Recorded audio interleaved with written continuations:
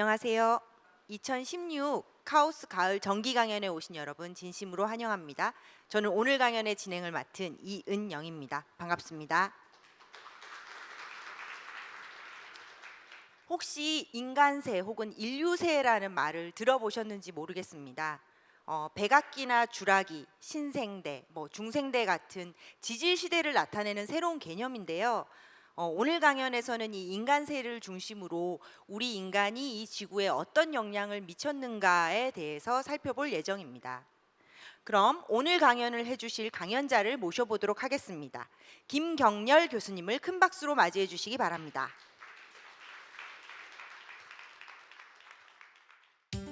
네, 오늘 강의에 가장 사실 중심되는 단어는 인류세라고 하는 단어입니다. 지금 한 20여 년 전에 1995년 노벨상을 받으신 크루첸 교수님이 그 말을 처음 내셨어요. 오늘 강의에서는 왜 선생님이 그런 말씀을 하셨는지, 그 속에 무슨 내용이 있는지, 그런 속에서 우리가 지구를 보면서 해야 될 어떤 행동은 없는지, 그런 것들을 서로 함께 논의해보고 싶은 그런 것이 오늘 강의의 주 내용입니다.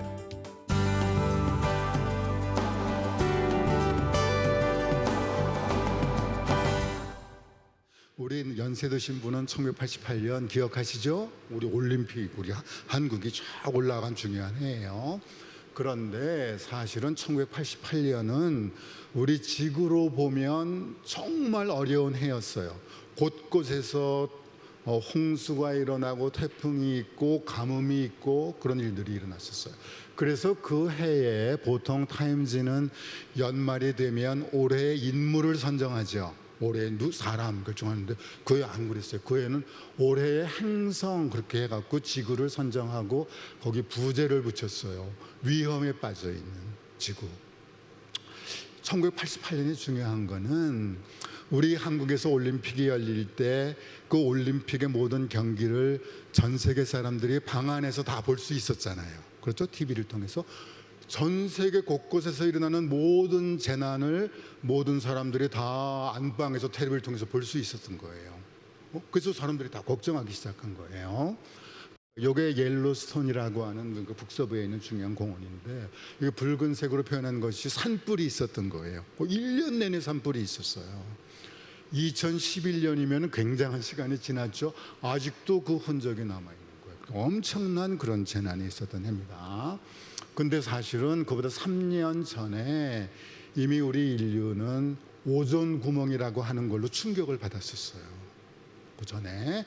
그리고 이것이 발견되고 나서 한 2년 정도 과학자들이 굉장히 열심히 노력했어요. 이 원인이 뭐냐. 그 원인을 보니까 이건 분명히 사람이 만든 거예요. 그래서 놀랍게도 2년 후인 87년에 오존층을 보호하자 하는 몬트리올 의정서가 체결된 거예요. 이거 굉장히 놀라운 일입니다. 그랬는데 바로 그 다음 해에 우리 기후까지도 뭐가 문제가 있는 것이 아니냐, 그런 충격이 우리 사람들에게 온 거예요. 어떤 근거에서 과학자들이 그런 결론을 냈을까? 그거를 사실과 과학을 연결시킬 수 있는 가장 중요한 연결고리로 우리가 생각하고 있는 것이 킬링 곡선이라는 거예요. 킬링 곡선. 여기 킬링은 여기 사람 이름이에요. 이걸 자료를 내신 사람인데 지금은 세상을 떠나셨어요. 그랬는데 이분이 하신 게 뭐였냐면 하와이의 마우나로아 한 3,400m 정도 고도에, 그러니까 굉장히 깨끗한 공기죠. 그 깨끗한 공기를 채취해서 그 공기 속에 탄산가스의 농도가 얼마나 있는가 하는 거를 정말 잘 측정을 하는 그런 일을 시작하신 거예요. 이 자료를 좀 보여드릴까요? 보면은 여름철에는 농도가 줄어들어요. 그러다가 겨울철 되면 농도가 늘어나죠. 왜 그럴까요? CO2, 탄산가스가 관련돼서 자연에서 일어나는 중요한 현상이 뭐가 있죠? 광합성이 있어요. 광합성. 전 세계에 있는 모든 식물들이 광합성을 하면서 CO2를 막 활용을 하니까 우리 공기 중의 농도가 줄어들고 있는 거예요. 여름철에. 그러다가 이제 가을이 되면 낙엽이 지죠. 우리 북반구에 있는 나무들은 광합성하지 않잖아요. 그러니까 다시 농도가 올라가는 거예요. 꼭 알게 됐어요. 여기 이런 신호가 있는 거. 그런데 이제 사람들을 놀라게 한 것은 전체적인 농도가 계속 올라가고 있다 하는 거예요. 그래서 이런 자료가 모아지고 나서 대개 한 80년 정도가 되면 걱정하기 시작해요. 혹시 이것이 지구온난화 관련된 문제가 연계되어 있는 것이 아닌가. 그래서 과학자들에게 그런 질문을 하는 거예요. 지구가 더워진다고 그러는데 과연 그 원인에 이런 것들이 얼마나 중요한 것인가. 그래서 첫 번째 과학자들이 시작한 게 뭐였냐 하면 이 탄산가스의 농도가 계속 늘어나는 것이 원인이 뭔가 그걸 찾아보자 하는 거예요. 그래서 그 답으로 찾아낸 게 뭐였냐 하면 우리 과거에 이런 농도가 어떻게 변했는지를 알아보자 그런 거예요. 과거의 공기를 찾아서 그 농도를 측정해보자. 과거의 농도를 어디서 찾았느냐, 나중에도 좀 다시 나와요. 빙하에서 찾았어요. 얼음이 쌓여있는 빙하예요. 여기 빙하가 쌓이는 건 눈이 쌓이잖아요. 눈이 쌓여갖고 이렇게 쭉 쌓이는 속도가 녹는 속보다 크면 점점 쌓여지겠죠. 그런데 이 눈이 중요한 건 눈이 쌓일 때 그 눈 주위에 주변의 공기가 같이 갇혀 있잖아요. 그다음에 이제 이게 눈이 굉장히 무거워서 한 70m 정도 쌓이게 되면 그 압력 때문에 이 눈은 더 이상 눈으로 있지 못하고 얼음이 되죠. 그러면서 얼음이 쌓여진 거예요. 그런데 그 얼음이 될 때 뭐예요? 그 당시에 갇혀있던 공기가 같이 갇히잖아요. 그러니까 그 얼음을 채취해 얼음에 있는 공기를 빼보면 과거에 우리 대기를 가질 수 있는 방법이 되는 거예요. 그래서 대표적인 거가 지금 보스톡이라는 곳에는 한 3,700m를 뚫었어요. 쭉 얼음을 뚫어갖고 그 얼음이 대개 언제쯤 만들어진 것인가 하는 거를 추정을 하고 그 얼음을 부셔서 거기 있는 공기를 빼내서 탄산가스 농도를 측정한 거예요. 거기에서 이제 여러 자료를 얻게 됐는데 우선 첫 번째는 뭐냐 하면 나중에 다시 얘기가 나오겠지만 지구의 기온이 높았다 낮았다 높았다 낮았다를 반복하고 있는 걸 분명히 보여주고 있어요. 그 있죠. 빙하기 간빙기 한 10만 년 정도를 주기로 해서 지금 우리 간빙기에 살고 있다 그런 걸 하죠. 근데 공기가 있다고 그랬잖아요. 공기를 채취해 갖고 탄산가스의 농도를 측정해 봤더니 이 온도하고 거의 같이 가는 거예요. 여기 그 두 개를 맞춰 보면 거의 잘 일치하죠. 자연적으로도 탄산가스의 농도가 그렇게 변해 온 거예요. 자, 이제 자연적으로 변해온 걸 알았으니까 오늘날 킬링 곡선이 자연의 일부인가 아니면 다른 것인가를 하려고 하면 이거를 더해보면 되겠죠. 연결해보면 돼요. 자, 그래서 지금은 더 과거까지 가 있어요. 이렇게 쭉 얻어진 자연적으로 얻어진 자료에다가 뭐를 연결해 봤어요? 킬링 곡선을 연결해 본 거예요. 자, 이렇게 자료가 얻어졌어요. 자, 여러분들에게 질문을 합니다. 과연 이런 변화를 자연 변화의 일부라고 볼 수 있습니까? 어떠세요? 자연 변화라고 도저히 볼 수 없는 그냥 올라간 거죠. 그래서 이런 자료를 통해서 모든 사람이 동의할 수밖에 없는 거가 킬링 곡선은 사람들이 만든 거다. 그것을 찾아냈어요. 요걸 한 10,000년 정도, 아까 홀로세 정도로 가지고 보면 쭉 일정한 값을 가지고 오다가 어떻게 됐어요? 지난 한 200~300년 사이에 비교할 수 없는 변화가 있었던 거예요. 그래서 우리가 이 부분, 짧은 시간이긴 하지만 요 시기를 우리가 별도의 인류세라는 용어를 붙여야 되지 않느냐. 그렇게 해서 인류세라는 용어가 탄생한 거예요. 그런데 우리 지구는 지금 한 46억 년 전에 태어났다. 다 아시죠? 그런데 사실은 46억 년이라고 하는 거는 지구의 나이라기보다는 뭐예요? 우리 태양계의 나이예요. 우리 태양계가 그때 만들어지면서 태양계의 일원으로 지구가 만들어진 거예요. 그렇죠? 이 지구에는 뭐 생명도 있고 굉장히 지구만이 가진 많은 질문이 있어요. 근데 그 중에서 제가 오늘 여러분들과 잠깐 생각해 보려고 하는 건 뭐냐 하면 이런 질문이에요. 우리 지구 아름답다 그랬는데 이 아름다운 지구가 진짜 얼마나 오랫동안 지구의 모습이었을까? 이걸 하려고 그러면 어떻게 해야 돼요? 지구의 과거의 모습을 알 수 있는 방법이 있어야 되죠? 그 쉽지가 않았어요. 그래서 실제로 얼마 전까지도 이거는 그냥 종교적인 그런 걸 했었는데 지금 답을 알고 있어요. 방법을 알게 됐어요. 그것이 어제 공부한 판구조론이라고 하는 거예요. 판구조론. 여기 지구의 표층의 일부가 이렇게 조개적 나눠져 있다. 그래서 이제 여러분 판구조론 공부하면서 일부 공부했는데 오늘 그거를 이제 이런 지구의 모습에 조금 연결시켜 보려고 하는 거예요. 그래서 제가 2억 5천만 년 전까지만 거슬러 가보려고 그래요. 뭐 굉장히 오래된 시간이지만 지구 나이로 보면 뭐예요? 95%가 지난 그 후죠. 이게 중요한 건 그때쯤 됐을 때 대개 오늘날 우리가 보는 대륙이 만들어졌어요. 보이죠? 요건 어디 같아요? 남아메리카. 요거는 북미, 아시아가 좀 이상해요. 이때부터 해갖고 우리 모습이 갖추어진 거예요. 그때가 시기적으로 지구 달력으로 보면 대개 요런 정도 시기에 해당해요. 또 중생대가 시작됩니다. 중생대 그때의 대표적인 모습인데 지금 사실은 이렇게 표현한 것은 이렇게 표현된 건 다 뭐예요? 사실은 바다예요. 얕은 바다, 얕은 바다예요. 중생대 그러면 우선 뭐가 떠오르죠? 이게 떠오르죠. 그런데 공룡만 산 거 아니에요, 사실은. 여기 지금 이건 우리 에너지와 관련되어 있는 그런 부분에서 석유가 어디서 나는가 그런 것들을 표현한 거예요. 근데 왜 이런 지역에서만 석유가 나오느냐? 중요한 질문이죠. 그런데 이 중생대의 지도로 가서 오늘날 석유가 나는 지역을 이렇게 쭉 표해보면 공통점이 있어요. 뭔가요? 얕은 바다예요. 따뜻한 얕은 바다. 그때 그 중생대 시절에 따뜻한 얕은 바다에 살고 있던 해양 생물들이 죽어서 우리에게 뭘 남겨준 거예요? 석유라고 하는 자원을 남겨준 거예요. 우리가 조심해서 사실 사용해야 되는데 너무 빨리 사용하고 있어요.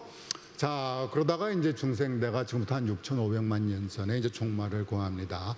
거의 어느 날 같아요. 지금 많은 그런 자연적인 결과들은 뭐냐 하면 직경이 한 10에서 15km 정도 되는 거대한 운석이 충돌했어요, 지구에. 충돌된 위치가 바로 여기예요. 그리고 실제로 그 깊은 데 가면은 그때 만들어진 그런 운석의 충격 그 모습이 나와 있어요. 좀 분명해요.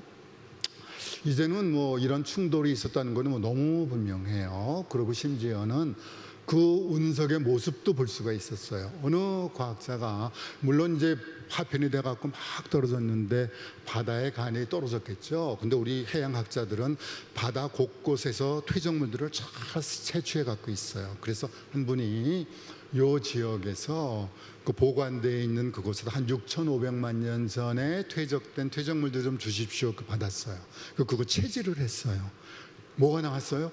그때 떨어진 운석의 파편이 나온 거예요. 응? 그래서 그때 그 크기 그런 정도의 그거는 뭐 피할 수 없는 분명한 사실이에요. 그런데 이제 과학자들이 논란을 했던 거는 이거의 임팩트가 뭐냐, 영향이 뭐냐. 그 부분에서 이제는 되게 정리가 됐어요. 거대한 공룡들은 바로 이것이 최후의 일격이었다.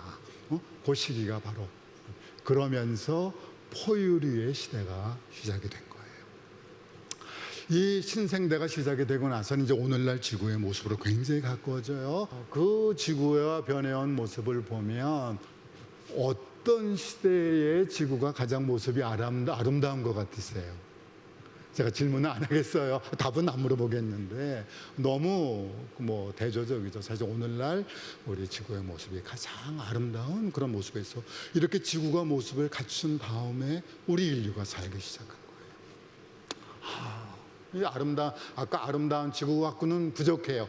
지구 역사로 보면 바로 순간이라고 할 수는 지금 그때 가장 아름다운 그때 우리가 인류가 살기 시작했다. 그런데 지금 우리 문제는 뭐예요? 인류를 위해서 잘 만들어주고 살고 있었는데 지난 한 200여 년 사이에 우리 인류가 그렇게 아름다운 지구를 혹시 나쁜 방향으로 만들고 있는 것은 아닌가. 그게 우리 인류세가 걱정하는 그런 부분이 된 겁니다. 자, 이제 그래서 이제 마지막 결론, 오늘 공부의 결론 쪽으로 가려고 합니다. 도대체 사람이 얼마나 지구를 망쳤기에 지금 지구가 이렇게 되는가. 그렇죠? 그런 것들을 과학적으로 꾸밀 수 있어야 되죠. 그래서 실제로 한 20년쯤 전 우리 IPCC 무슨 과학자들이 한 일들입니다. 탄산가스의 수지 계산서를 만들어 본 거예요. 얼마만큼이 어디서 나오고 그게 어디로 가는가. 자, 우리 화석 연료의 연소 해갖고 한 63억 톤. 요거는 탄산가스 중에서 탄소만을 얘기한 거예요. 근데 그때 우리 90년대에 갖고 우리 인류의 인구가 대개 어느 정도냐면 60억 명 정도 됐었어요. 굉장히 좋아요. 60억 명 정도가 있는데 우리가 한 63억 톤 정도를 방출하니까 평균적으로 1년에 1톤의 카본을 방출하는 거예요. 그렇죠? 그 숫자를 좀 기억해 두시는 거 좋아요. 자, 이렇게 된 것들이 어디로 가느냐? 우리 바다가 열심히 흡수해요. 바다가 열심히 흡수하고 있어요. 또 우리가 나무 심자 그러죠. 나무가 자라는 동안에 그 나무의 몸이 뭐예요? 탄소죠. 그럼 그거 열심히 노력해요. 그런데 이거 갖고 역부족이에요. 그렇죠? 역부족인 건 어떻게 해요? 공기 중에 그대로 남아 있는 거예요. 그러면서 탄산가스의 농도를 증가시키는 킬링 곡선을 만들고 있는 거예요. 그렇죠? 1톤 얘기했죠. 근데 1톤은 사실은 공평한 숫자가 아니에요. 전 세계 인구의 5분의 1을 차지하는 중국이 0.7이었고 거의 6분의 1을 차지하는 인도가 0.3이었어요. 그러니까 이런 나라가 이렇게 넘어도 그게 가능했던 거예요. 평균 1이 가능했던 거예요. 아주 불공평하죠. 결국은 이걸 보면 뭐예요? 이 탄산가스의 배출이라는 거가 그 나라 국민들이 얼마나 잘 사느냐 하는 거 좀 관련돼 있는 거라는 거 볼 수 있어요. 그렇죠? 삶과 여기 좀 예외적으로 좀 작아 보이는 나라가 있어요. 보이세요? 프랑스가 좀 예외적으로 작은 나라인데 그 원인을 따져보니까 아까 1년에 평균 1톤 그랬죠. 근데 그 원인의 한 3분의 1 정도가 뭐냐 하면 화력 발전으로 전기를 만들면서 방출이 되는 거예요. 전 지구적으로 볼 때. 근데 불란소는 거의 90% 정도가 뭐예요? 원자력이에요. 그렇게 작은 거예요. 그래서 사실 불란소는 의무 규정이 아주 작아요. 그런데 한 20년 전 후에 2010년대에 어떻게 됐느냐. 중국이 0.7에서 1.7이 됐어요. 우리 중국 나무랄 수 있나요? 근데 중국 사람도 잘 살아야 되잖아요. 계속 증가하고 있는 거예요, 지금. 이 지도가 의미를 줄 것 같아서 지도를 좀 넣어봤죠. 요즘은 지도 제작자들이 정말 많은 지도를 만들어요. 이거는 뭐냐 하면 위에 있는 지도도 우리가 쉽게 보이는 지도는 아닌데 사실은 이건 피터스 맵이라고 그래서 그 나라의 실제 면적에 따라서 지도를 만든 거예요. 우리 보통 보던 지도는 북반구 가면서 막 팽창돼 있잖아요, 메르카토. 그래서 그건 불공평하다 그래갖고 실제 나라 면적. 요거는 뭐 같아요? 그 나라에 사는 인구로 그림을 다시 그린 거예요. 인구가 굉장히 많죠. 굉장히 많아요. 그러니까 사실은 우리가 탄산가스 방출이 우리 전 지구의 모든 사람들이 공평하게 잘 사는 거다. 그런 걸 반영한다 그러면 사실은 탄산가스 배출량을 만들었을 때 그 지도는 요거하고 비슷해야 돼요. 그렇죠? 그게 공평한 거예요, 전 지구적으로. 이게 그런 인구의 분포인데 이게 탄산가스의 분포 2000년. 여기 이런 데는 완전히 없어요. 그렇죠? 잘 못 사니까. 그래서 사실은 교토 의정서나 그런 데서 이런 걸 반영하고 다 잘 살아야 되잖아요. 그러니까 이런 나라들에 대해서는 니네는 이거 안 되지만 이만큼까지는 방출할 수 있다. 그걸 주고 아직 안 되는 차액은 많이 내는데 팔아요. 그 돈을 받을 수 있게. 그게 탄소의 거래라고 하는 거예요. 그건 정의가 그런 속에 들어있는 거예요. 자, 지금 이게 걱정해. 매년 만난다고 그랬잖아요. 제가 이 사진을 넣은 이유는 사실은 오바마 대통령 이전에 부시 대통령일 때는 이게 너무 그 에너지 심각한 문제잖아요. 그래서 미국은 탈퇴했어요. 안 했었어요. 그랬는데 오바마 대통령이 오고 나서 그건 안 된다. 미국도 책임져야 되는데 그래갖고 오바마 대통령이 꼭 참석했어요. 그래서 굉장히 고마운 거예요. 근데 지금 트럼프는 지구 온난화 그런 거가 다 가짜라고 얘기했으면 걱정해요. 한편 그런 부분도. 자, 그러니까 뭐가 돼야 될까요? 아까 3분의 1을 차지하는 부분에서 탄산가스를 배출하지 않는 전력을 만들어내는 그런 것도 우리가 발전시켜야 되겠죠. 그게 소위 말해서 대체 에너지라는 거예요. 태양광 또는 풍력, 뭐 우리 바다에서의 바다 풍력은 일반 풍력보다는 조금 더 안정해서 이런 것도 써요. 뭐 화력 발전 볼 수 있죠. 우리나라에서 다 시도하고 있는 겁니다. 또는 조석이 들어왔을 때 물을 가둬놨다가 하는 거. 조류가 충분히 빠른 데서는 그냥 직접 조류를 이용을 해서 그리고 또 이용하는 거는 온도차가 있으면 터빈을 돌릴 수 있잖아요. 근데 동해 바다는 조금만 내려가면 거의 0도예요. 한 몇백 미터만 내려가면. 그래서 동해 가능할 수 있어요. 그런 것도 다 노력하는 거예요. 여기서 빠질 수 없는 거가 핵에너지예요. 그런데 지금 과학적인 자료를 보면 작은 것들은 융합을 시키면서 에너지를 낼 수 있어요. 큰 것들은 깨트리면서 에너지를 낼 수 있어요. 두 가지의 방법이 있어요. 핵을 이용하는 부분에. 융합하는 거, 우리 그 별 선생님이 계신데 실제로 별에서 우리 태양 1000만도라는 온도가 필요해요. 그래야지만 융합이 일어날 수 있는 거예요. 이걸 우리 현실 속에 만든다 참 쉬운 일 아닌 거예요. 근데 이거는 좀 더 쉽게 이루어졌잖아요. 그래서 우리가 지금 이용하고 있는 거예요. 우리나라에 굉장히 많이 있죠.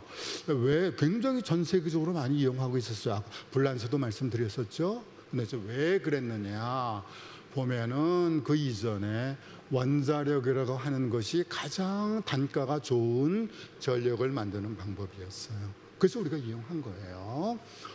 태양광 너무 비싸요. 그런데 이제 엔지니어들이 열심히 노력해서 앞으로 몇 년 더 뒤 가면 태양광 에너지가 줄어들고 원자력은 점점 더 비싸지고, 그래서 이제 이런 것들이 경쟁력이 있을 거다. 이제 그게 우리 엔지니어들이 우리에게 얘기해 주는 거예요. 그러면 굳이 원자력을 다시 이용할 필요가 없죠. 그런 위험 부담이 있는 것들을. 그래서 이건 선택의 문제지만 과거에는 이런 것들이 굉장히 중요한 선택의 요인이 됐었다. 그런 거예요. 자, 이제 마지막 정리하겠습니다. 아까 3분의 1 얘기를 했었죠. 에너지, 전력, 그거에 화력 발전에 중요한 얘기를 했어요. 3분의 2가 남았죠. 그 3분의 2 중에 한 반 정도는 어디서 방출되냐 하면 산업활동 속에서, 또 공공의 이런 속에서. 지금 우리 기업들이 탄산가스를 줄이기 위해서 굉장히 노력하고 있어요. 그분들은 그래야지만 돈을 벌 수 있기 때문에 우리 모두 굉장히 노력하고 있어요. 우리 사회에서도 이런 교통들이 다 깨끗한 에너지로 바뀌죠. 그런 것도 지금 노력하고 있는 거예요. 그래서 이제 3분의 1 정도 우리 기업이나 또는 국가적으로 총체적으로 노력하고 있어요. 아직도 3분의 1이 남아있죠. 이건 누구의 몫일까요? 이거는 실제로 우리 개개인이 살면서 방출하는 CO2. 그게 우리 3분의 1이나 되는 거예요. 자, 이런 사진 보셨을 거예요. 그렇죠? 우리 밤에 불빛이 전 세계적으로 어떤 거. 우리나라는 분명히 반도 국가예요. 그런데 밤에 보면 섬 같아요. 이거 빨리 해결해야 돼요. 그런데 결국은 이런 것들, 우리 에너지를 이용하면서 우리들이 개인적으로 생활하는 그런 부분에 아까 CO2 방출의 3분의 1이 관련돼 있다. 그런 거예요. 우리도 3분의 1의 책임이 있다. 그런 거예요.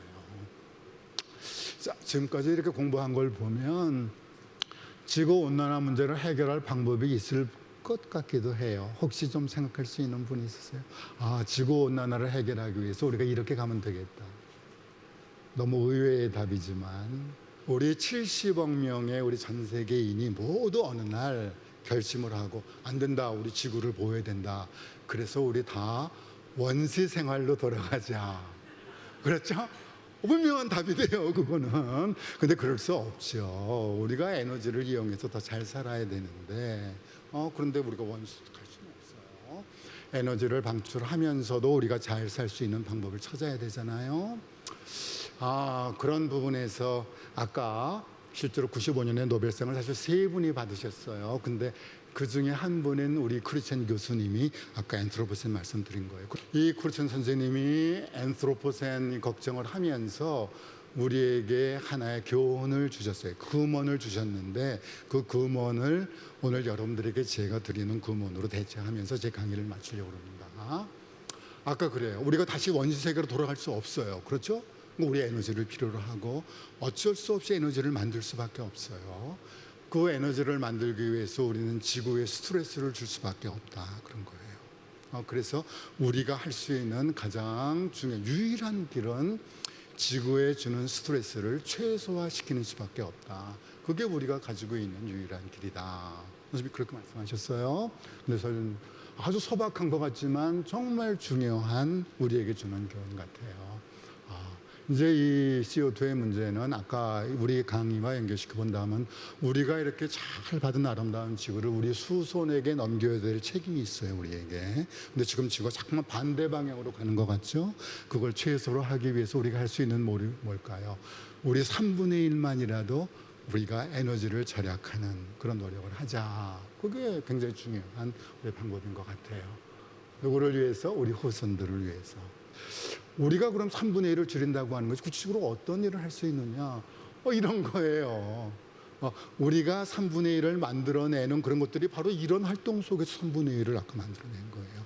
그래서 우리 그런 부분에서 몇 가지 이런 것들을 우리가 하면 우리가 3분의 1을 줄일 수 있고, 그럼 아까 엔지니어들이나 그런 과학자들이 하는 일, 국가가 하는 일, 기업이 하는 일과 합쳐져 갖고 우리 지구를 좀 더 좋은 방향으로 이끌어갈 수 있지 않겠는가. 그것이 우리 이 시대에 우리에게 주는 교훈이고 우리가 명심해야 될 부분입니다.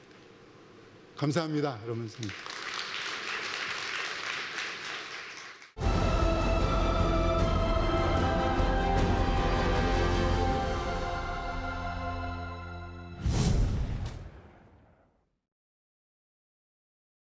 저는 이제 오늘 강연을 들으면서 이 인류세 혹은 인간세라는 용어가 단지 새로운 용어이기만 한 게 아니라 굉장히 많은 의미를 담고 있는 개념인 것 같다는 생각이 들더라고요. 그래서 과학계에서는 이 개념을 어떻게 받아들이고 있는지 궁금해졌습니다. 오늘은 이제 기후변화 중심으로 말씀을 해주셨는데 이거 이외에도 인간들이 굉장히 많은 수자원을 쓰고 있고 비료 같은 걸 통해서 또 질소를 굉장히 많이 인간들이 독점적으로 사용을 하고 있습니다. 그래서 인간의 활동이 굉장히 중요하다는 거는 맞는데 과연 인류세 혹은 인간세라는 용어가 과학적으로 적당한 말인가에 대해서는 아직도 좀 논란이 있는 걸로 알고 있습니다. 아까 보신 것처럼 뭐 홀로세 혹은 우리가 중생대, 고생대라고 얘기할 때는 지층에 아주 특징적인 그런 오래된 그런 흔적들이 남아야 되는데, 인간들이 비록 지난 수백 년 혹은 수천 년 동안 지구를 많이 변화를 시켰지만 이게 수만 년, 수십만 년 후에 어떤 흔적으로 지층에 과연 남을 것이냐. 뭐 물론 그렇게 생각할 수도 있겠죠. 우리가 다 멸종한 이후에 미래의 다른 생물들이 땅을 파봤을 때 콘크리트가 많이 발견되는 지층, 혹은 플라스틱이 많이 발견되는 지층, 혹은 또 뭐 요즘 같으면 핸드폰이 많이 발견되는 지층이 나올지도 모르겠지만 과연 이 인간의 이런 영향들이, 수백 년의 영향들이 그런 긴 시간의 지질학적인 어떤 흔적으로 남을 것인가 하는 거에 대해서 동의하지 않는 그런 지질학자들도 좀 있는 걸로 알고 있습니다. 네, 교수님은 어떠신가요? 아까 강호정 교수님 말씀하신 그런 것들이 가장 심각하게 논의가 된 것이 지질학자들이에요. 왜냐하면 그런 용어는 지질학자들이 만들어낸 용어였기 때문에. 그런데 2008, 지금 한 10년이 조금 안 되는데 그때 미국의 그 지질학회에서 아주 이 문제를 심각하게 논의했어요. 우리는 뭐 인류세든, 저는 인간세란 말을 좀 더 쓰고 싶어요. 지금 와서는 우리는 과연 인간세에 살고 있는가. 그런데 거기에서 그분들이 조심스럽게 내리는 결론은 분명히 새로운 세가 시작됐다고 하는 건 부인할 수 없다. 분명히 지난 한 18세기 후반부터 시작해서 그러니까는 어떤 사람 연대로 하면은 뭐 제임스 와트가 기관을 마련한 1780년이라든지 그때부터 분명히 변화된, 그거는 부인할 수 없는데, 그래서 지질학자들은 과연 지금 시작된 것이 우리가 어떤 종말까지 분명히 예상되느냐, 그거는 조심스럽다. 그건 조심스럽다. 그렇지만 왜냐하면 시스템이 너무 복잡하니까. 그렇지만 시작된 것은 분명하다. 그런 정도에서까지는 지금 지질학자들이 상당히 의견이 통일가 돼 있는 그런 상태 같아요. 우리가 이 인간세라는 새로운 용어를 사실 만든 이유도 결국 다양한 생명들이 어우러져 살아가는 이 아름다운 지구를 오랫동안 보존하자는 데 의의가 있는 것 같습니다. 사실 사람들이 가장 궁금해하고 그래서 꾸준히 과학자들이 연구하고 있는 부분이 바로 이 문제인 것 같은데요.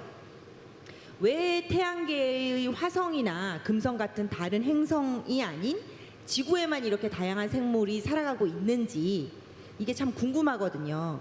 그래서 우주과학과에 계신 이정은 교수님께 이 질문을 여쭤봐야 될 것 같아요. 지구는 도대체 어떤 점에서 다른 행성과 다를까요? 그러니까 지구가 이렇게 화성이나 금성과는 다르게 이렇게 저희가 삶을 영위할 수 있는 이런 환경을 준 것에는 딱 두 가지라고 볼 수가 있는데요. 크게 두 가지. 첫 번째가 적태양으로부터 적당한 거리에 떨어져 있다.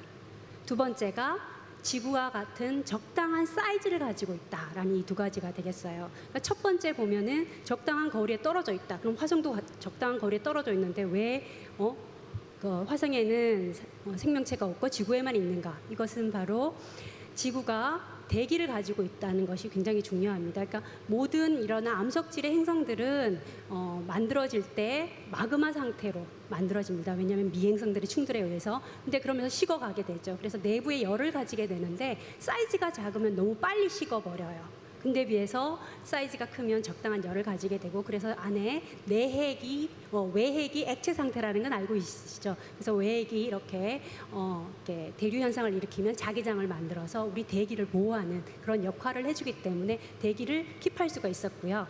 그냥 만약 지구에 대기가 없었더라면은 태양으로부터 오는 빛을만 가지고 계산을 하면 화성과 그리 달라지지가 않습니다. 그러니까 대기가 없었으면 영하 한 16도 정도의 그런 그러니까 표면 온도를 가지게 되는데 비해서 이런 CO2가 지구에서 판구존을 통해서 잘 순환함으로 인해 가지고 지구를 따뜻하게 해줄 수가 있었던 거죠. 그에 비해서 그 화성 같은 경우는 매스가 작기 때문에 너무나 빨리 식어버렸어요.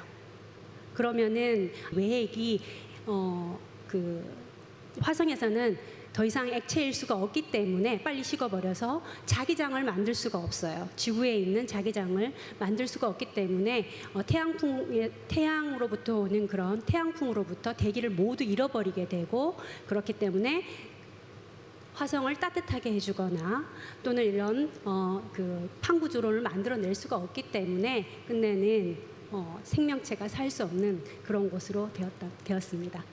네, 이정훈 교수님께서 화성 얘기를 지금 해주셨잖아요. 실제로 나사에서는 2033년쯤에는 화성 정착민을 보낼 계획이라고 하고요. 그리고 테슬라 모터스 CEO인 일론 머스크는 2018년에 무인 탐사선을 화성으로 발사할 거라고 발표를 하기도 했어요. 근데 실제로 이런 게 정말 가능한지 궁금해지더라고요. 그래서 강호정 교수님께 여쭙고 싶은데요. 그렇다면 지구 환경을 화성에 그대로 도입하기 위해서는 어떤 것들이 필요할까요? 예, 방금 교수님께서 그 이산화탄소 말씀을 해주셨는데, 우리가 화성에서 생명체가 산다고 했을 때 제일 먼저 생각하는 게 뭐 물도 있어야 될 것 같고 먹을 것도 있어야 될 것 같고 하는데, 사실은 굉장히 다른 중요한 이슈가 있습니다. 그 첫 번째가 뭐냐면 그 별의 대기의 대기의 구성을 바꿔줘야 돼요. 왜냐하면 이산화탄소가 적당량이 있어야지 온도가 올라가고요. 그래서 실제로 생명체가 살 수 있도록 행성을 바꾸는 그런 공상과학 같은 일들을 생각을 하는데, 그 기술을 지금 슬라이드에 보시는 것처럼 테라포밍이라고 부릅니다. 우리말로 번역하자면 흙을 만드는 그런 기술이라고 할 수 있겠습니다. 여기 계신 분들 과학에 관심이 많으시니까 아마 작년에 언론에서 들으신 분도 있을 것 같아요. 뭐냐면 화성 표면에는 일산화탄소가 굉장히 많아요. 일산화탄소가 뭐냐면 연탄가스 같은 겁니다. 그래서 사람한테는 해로운 가스인데, 미생물 중에 그 일산화탄소를 먹고 사는 미생물이 있습니다. 우리가 밥을 먹고 에너지를 얻는 것처럼 그 미생물은 일산화탄소를 태워서 먹고 삽니다. 근데 그 일산화탄소를 태우면 그 부산물이 뭐냐면 이산화탄소가 만들어져요. 근데 그 화성 표면에 물이 흘렀던 그 지역은 뭐냐면 완전히 소금밭입니다. 지금은 물이 흐르지 않고 물이 흐른 흔적이 있을 뿐이고, 지금은 소금 덩어리이기 때문에 아무 생명체가 살 수가 없죠. 여러분들도 뭐 잇몸이 안 좋으신 분들은 소금 양치질을 하잖아요. 미생물을 죽이려고. 근데 그 작년에 나왔던 논문이 어떤 논문이냐면 소금에서 사는데 아주 높은 압력도 잘 견디면서 일산화탄소를 먹고 사는 미생물을 발견을 했습니다. 그러면 그 미생물이 지금 뭐 물론 화성에는 살고 있다고 생각하지는 않지만 이론상 우리가 그 화성에다가 그 미생물을 갖다 접종을 하면 그 극한 환경에서도 걔가 살면서 일산화탄소를 천천히 이산화탄소로 바꿔줄 수 있겠죠. 그래서 시간이 지나면 대기 중에 이산화탄소 농도가 올라가고 그러면 화성의 온도가 올라가서 지금 그림에 보시는 것처럼 두 번째, 세 번째 칼럼에 되면 어떤 일이 벌어지냐면 날씨가 추워서 온도가 너무 낮기 때문에 화성 지하에 얼어 있다고 생각되는 얼음들이 녹아서 물이 나오고 물이 나오면 이제 구름이 생기고 이런 물순환을 하게 되죠. 그럼 이런 일들을 점차적으로 진행해서 최종적으로는 인간을 포함해서 다른 생명체가 살 수 있는 혹은 녹색 식물이 살 수 있는 그런 행성을 만들어 보자 하는 공상과학 같은 생각들도 과학자들이 지금 하고 있습니다. 네, 역시 얘기를 듣고 보니까 화성에서 지구인이 정착하는 게 정말 어렵겠다라는 생각이 들면서 우리가 지금 살고 있는 행성을 더 보존을 해야겠다 이런 생각이 듭니다. 다음은 그래서 기후 변화에 대해서 좀 얘기를 해볼까 합니다. 신혼여행지나 휴양지로 각광받고 있는 몰디브가 아주 대표적인 예라고 합니다. 해수면 상승으로 몰디브가 곧 사라질 위기에 처해 있다고 하는데요. 이 같은 기후 변화로 인한 피해가 막 다가오고 있는데 이런 피해를 막을 수 있는 방법이 없는지 궁금합니다. 여러분들이 어제 그제도 이제 TV 뉴스에서 보셨겠지만 지금 슈퍼문이다. 그래서 해수면이 상승하고 우리나라 같은 경우도 서해안이 이제 막 잠기기 시작하죠. 그러면 간단하게 생각하면 바닷물이 올라가면 뚝을 쌓으면 될 텐데라고 생각하기 쉽지만 이 넓은 전 세계 바닷가를 다 뚝을 쌓는 것은 불가능한 일입니다. 그래서 미국 같은 경우에도 이제 플로리다가 잠기기 시작을 했어요. 그래서 혹시 그쪽으로 은퇴하실 계획이 있으시면은 제 충고는 거기다 집을 사지 마시는 게 좋으실 것 같아요. 저도 저희 학교 캠퍼스가 송도에 하나 있는데 굉장히 걱정이 많이 되고 있습니다. 그래서 그럼 그런 전통적인 토목공학적인 방법 이외에 다른 방법이 없을까라고 이제 생태학자들이 연구를 하고 있는데 지금까지 연구 결과들을 보면 바닷가의 연안에 있는 습지들을 보존을 하면 습지에 있는 식물들이 자라고 또 거기에 이제 여러 가지 이 퇴적물들이 들어오면서 쌓여서 땅이 자기가 저절로 조금씩 상승합니다. 그 속도가 연간 늦은 데는 한 2mm 정도, 빠른 데는 한 10mm 정도씩 상승을 하는데 습지를 저희가 잘 보존을 하면 해수면 상승 속도가 평균적으로 한 2.5mm에서 3.5mm 정도 됩니다. 매년 바닷물이 올라가는 게. 그래서 우리가 예를 들면 자연 연안에 있는 생태계를 잘 보존하는 것이 기후 변화에 대한 피해를 줄일 수 있는 그런 방책들 중에 하나라고 들 수 있을 것 같고, 연안에 있는 습지 같은 경우에는 해수면 상승도 대응을 할 수 있고 또 상당히 많은 양의 탄소를 저장할 수 있는 장소로 알려져 있습니다. 그래서 이제 그걸 이제 과학자들이 요새는 블루 카본이라고 부릅니다. 푸른 탄소. 왜냐하면 바닷가에 있기 때문에. 또 우리나라에는 없지만 동남아시아나 더운 지방에 가면 맹그로브라는 숲이 있습니다. 한자로는 홍수림이라고 부릅니다. 붉은 색깔을 띠고 있기 때문에.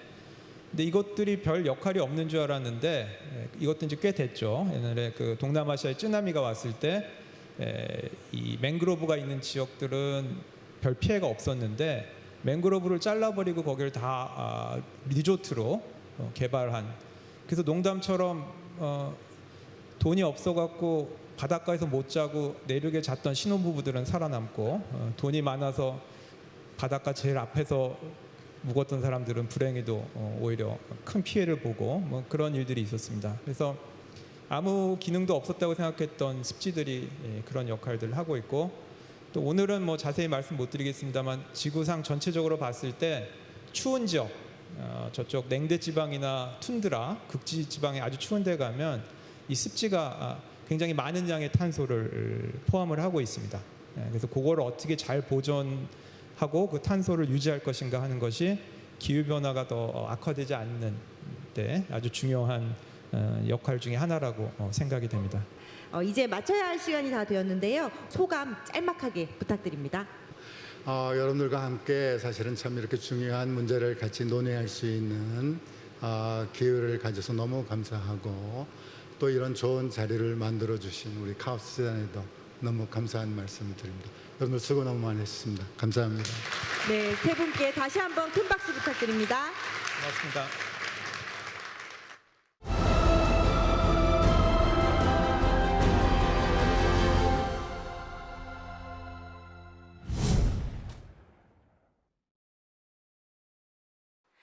그럼 다음 주 마지막 강연을 소개해 드리겠습니다.